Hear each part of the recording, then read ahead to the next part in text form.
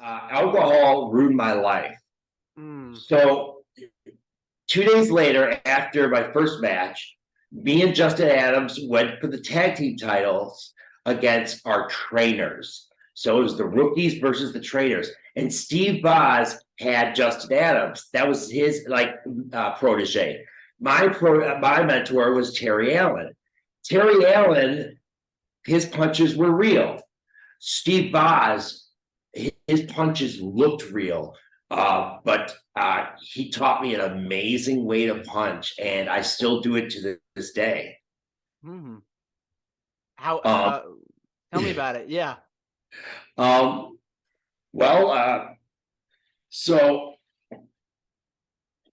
AJ, do you want to? Okay, so here we go. AJ, you ready? Oh my God. Uh-oh. Oh. So, because we were zoomed in, you obviously probably saw me smack my shoulder. Yes. But when you're in the ring, you can't.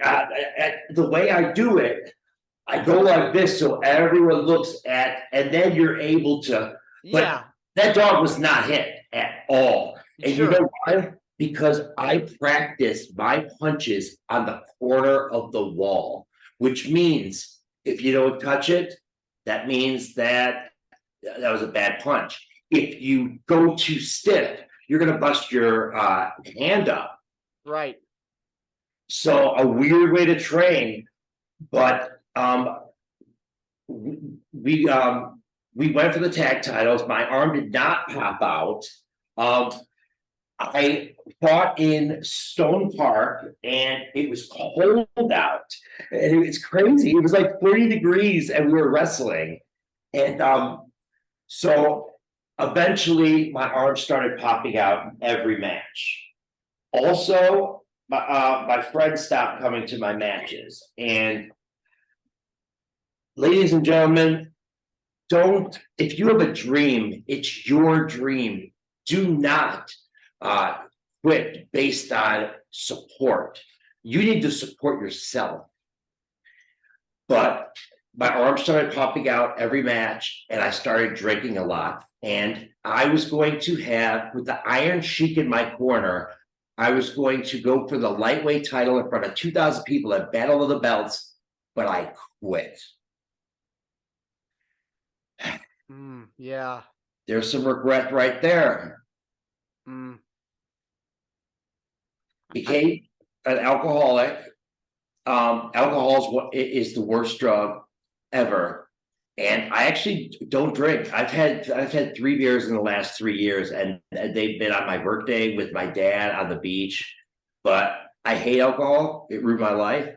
But you know what? It also saved my life because I drank too much, and then the way I was laying on Christmas of 2009, I legally was gone. And my dad called the emergency room. He called the ambulance. The ambulance took me. My heart rate was 15. I legally died for 2 minutes. And I remember seeing fog. I remember being 5 feet above, but God brought me back. And when God brings you back, you have to make a life out of it, because I always say, there's kids that died at 5 with cancer, and I did that stupid stuff. Why do I deserve to live? So I have to make my life, make some kind of dent in this world, because it's hard. It's hard to make a dent in the world. It is. It's not easy. You know, we only go around one time. Everybody is on this earth a short time. You got to make the most of it. That's very devastating, that happened. And it seems like when you were wrestling, with the motion, it's like that had to have bothered you, with Absolutely. your vein popping out like that. And has anyone ever took their shirt off and did a wrestling punch to their dog on your show? No, this is the first. Oh my gosh, I'm so sorry. No worries.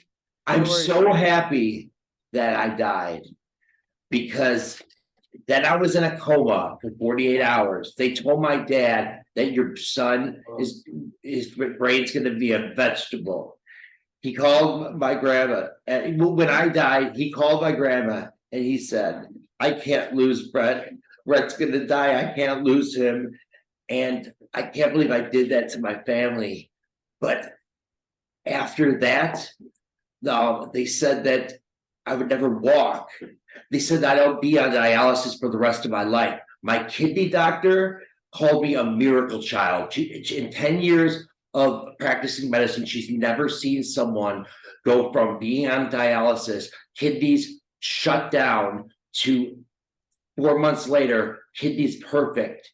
And when I was in a coma in Atlanta, my grandma, my angel, she came and she held my hand, and they said, "He's been out for 2 days. He could be out for another day." Right when she held my hand, I opened my eyes and I started crying. She was my best friend, and I lost her 2 months ago. And all I want to do is make her proud, and my grandpa proud, and my family proud. The family is the most important thing in life. Definitely is. As someone that's lost a grandparent, I know what that feeling feels like. It's it's an amazing. It's what an amazing story. Of you being triumphant and being able to come alive again after such a just an unfortunate, near tragic scene of events.